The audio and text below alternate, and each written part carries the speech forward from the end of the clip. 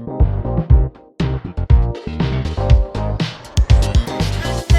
welcome to Anya Teaches English. My name is Anya, and today I've got something pretty special for you. So yesterday I interviewed Anastasia Semina. She is an English teacher and mostly a Russian teacher now with her fantastic YouTube channel. And I interviewed her yesterday, and then I thought, it's a good idea to turn this into a listening exercise for you so you can practice your listening skills. So if you look below in the description box, I've written a few questions for you. Read the questions, watch the interview, and then try to answer these questions in the comments below. And it's a really good chance for you to improve your listening skills. So now I'm going to pass myself over to myself from yesterday.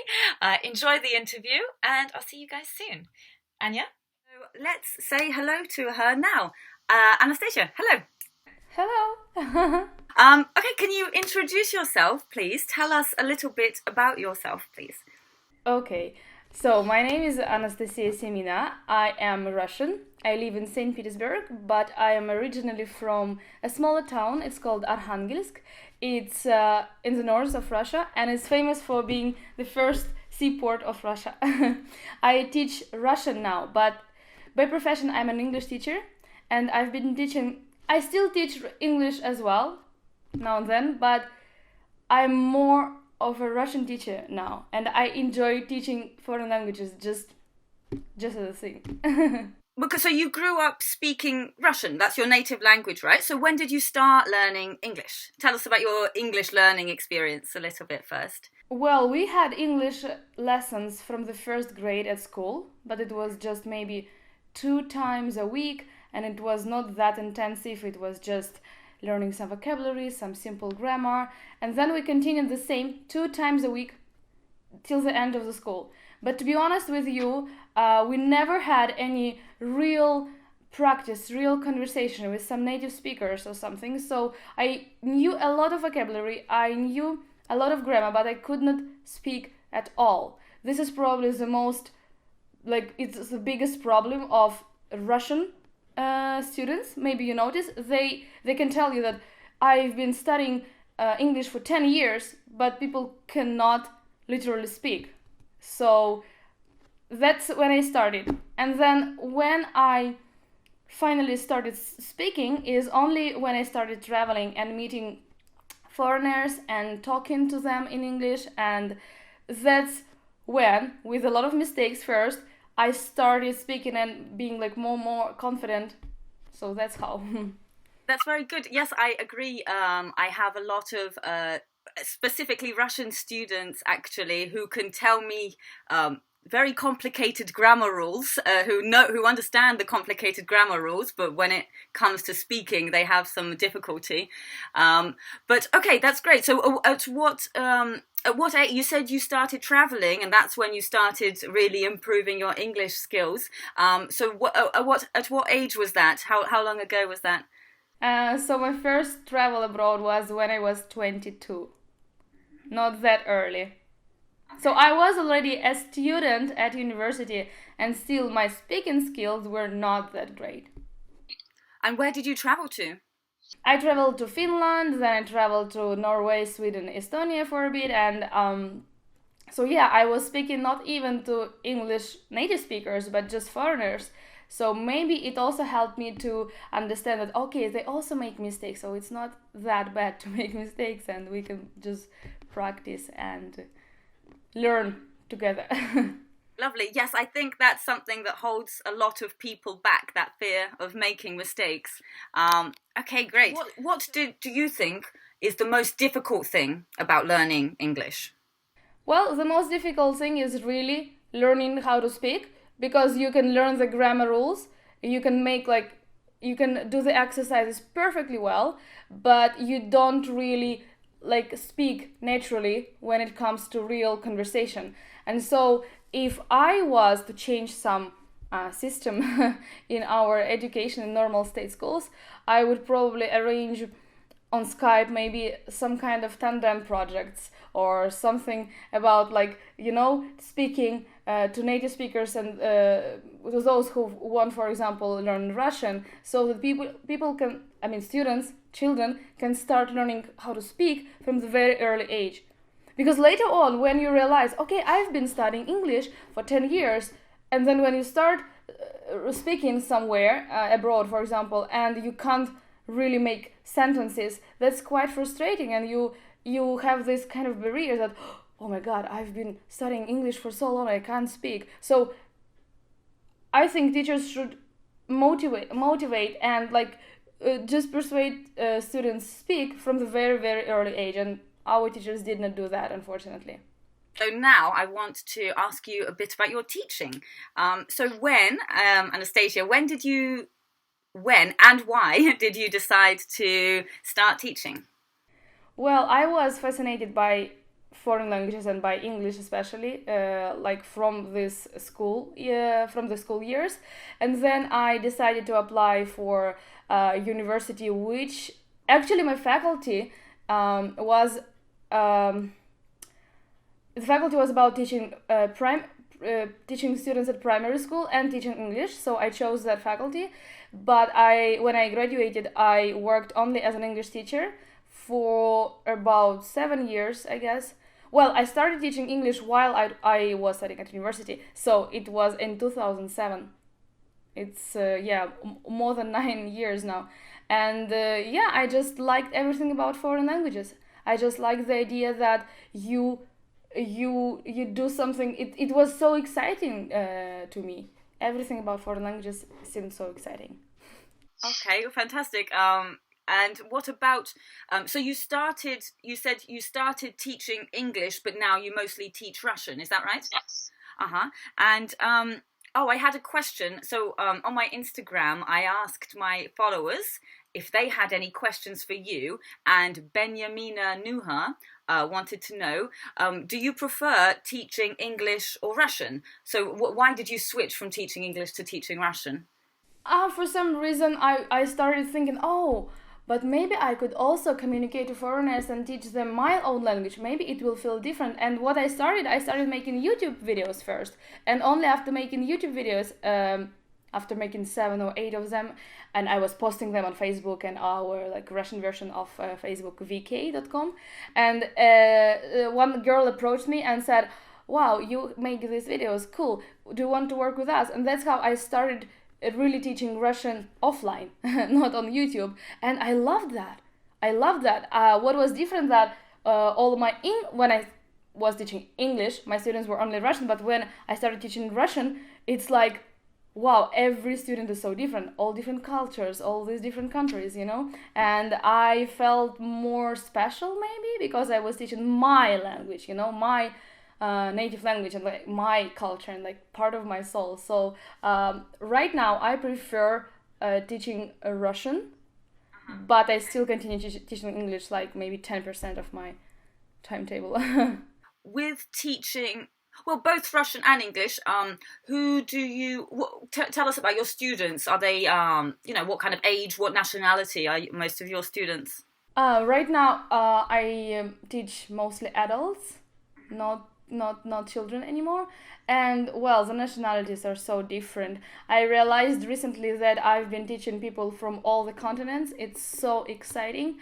So as for the nationalities, there was a huge project at work with Vietnamese students and also from Algeria, and now I teach many European students from Italy, from Greece, from Belgium, and from US, and so on.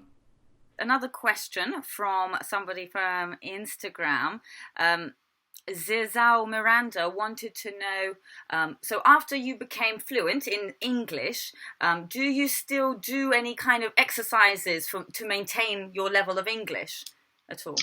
That's a very good question. That's what I talk a lot with my students when I teach English. I tell them that still, of course, I'm not perfect in English. I live in Russia, and I really have to practice my English every day. So what I do is I watch YouTube every day. I watch everything in English if it's possible. Even the news about Russia, I would watch in English just to, like, kill two birds with one stone.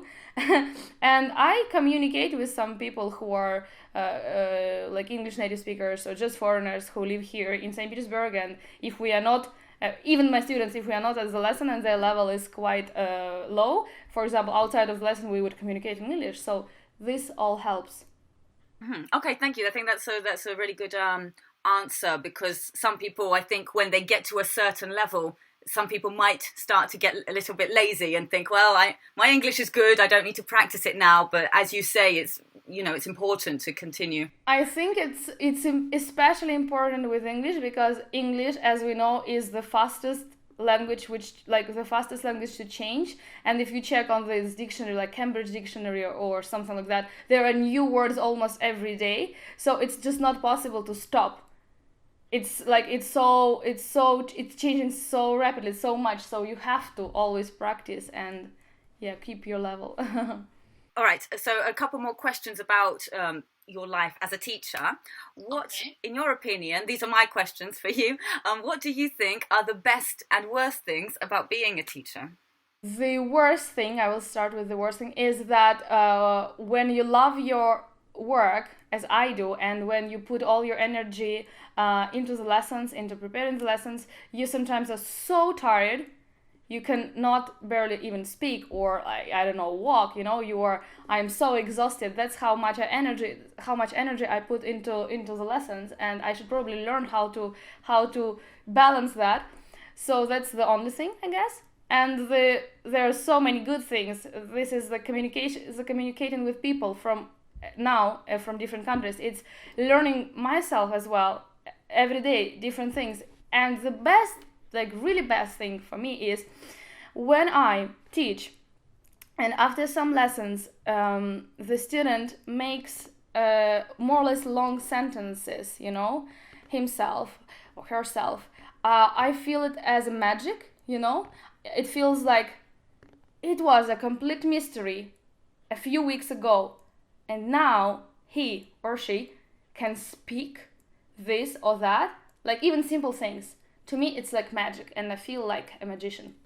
I know what you mean. It is pretty cool. It's very rewarding as well, isn't it, to see somebody making progress. It makes you feel quite good, I think, as a teacher. Good. Okay, I'm going to switch back to a question. I've just noticed a good question from quite a long-time follower of mine. This guy, he asks really good questions. His name is Alan Peaker, and he wants to ask you, is it possible to learn a language by yourself or communicating with non-native speakers without studying at a language school or something? This is a good question. I believe that to start right, to learn the right way of pronouncing some sounds, some difficult sounds which are absolutely foreign to your native language, you should actually start with a teacher, at least, I don't know, like 10 or 15 lessons, just for the sake of pronouncing the words, because I know some people who studied by themselves, and unfortunately because they studied by themselves for so long, so they have already this stuck, I don't know, the patterns of how they pronounce sounds, and it's wrong, and I can't change that. I mean, I can probably, but it takes a long time because they are sure that they pronounce things right. So that is what I think is important. But as for building your vocabulary and even like grammar structures, of course you can do that now with internet, on YouTube and different websites and applications on your phone. You can of course do that. But to really start, I would recommend taking having a teacher in the beginning. I agree with what you said about getting into being careful not to get into the bad habits of incorrect pronunciation, because then it becomes difficult to change that. All right, next question. So this is something that I think a lot of people ask, a lot of people wanted to know from you. What are some of your top study tips for people learning languages? How do they become more fluent in a language?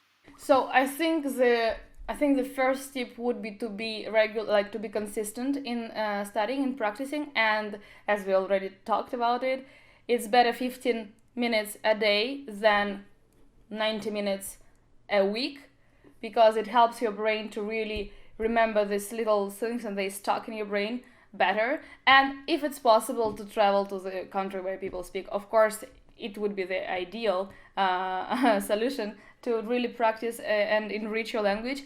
But I would also suggest to do different things, not to be bored. If you study by yourself and if you only use internet, for example, you could do like one day you do some translation things, you know, other day you would listen to the music in this language, and then you would watch some interviews, and then you would read some texts, and I don't know, do some grammar books. So you can always change things what you do, and then you will never be bored and you will be always, like, you know, on track with learning. Thank you. That's a very, very, very good advice. And yeah, I agree. It's important. Variety is important. You don't want to be doing the same thing every day. It gets pretty boring. So Anastasia, thank you so much for letting me interview you. It's been very interesting and very fun. So yeah, you guys should check out her channel on YouTube. It's super interesting. And Anastasia, thank you again, and bye-bye. Thank you. Bye-bye.